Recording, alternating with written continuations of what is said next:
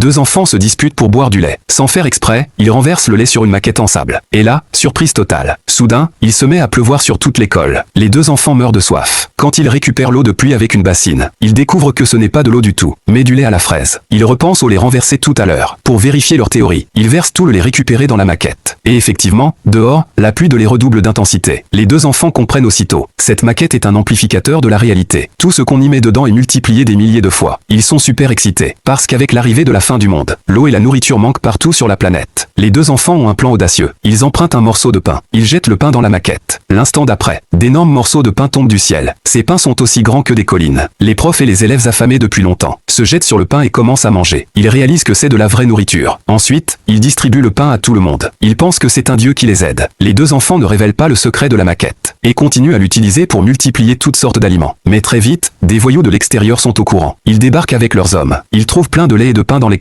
et exigent de savoir d'où vient toute cette nourriture. Un élève dit que c'est tombé du ciel, mais les voyous ne le croient pas. Ils ordonnent à leurs hommes d'interroger les autres profs et élèves. À ce moment-là, le frère et la sœur se précipitent vers la maquette. La fille prend un mégaphone et crie dedans face à la maquette. Les voyous sont complètement stupéfaits. La fille prétend être la protectrice de l'école. Puis elle prend une lampe torche et l'éclaire sur la maquette. Et dehors, le ciel est traversé par des éclairs de lumière intense. Finalement, les voyous terrifiés s'enfuient de l'école.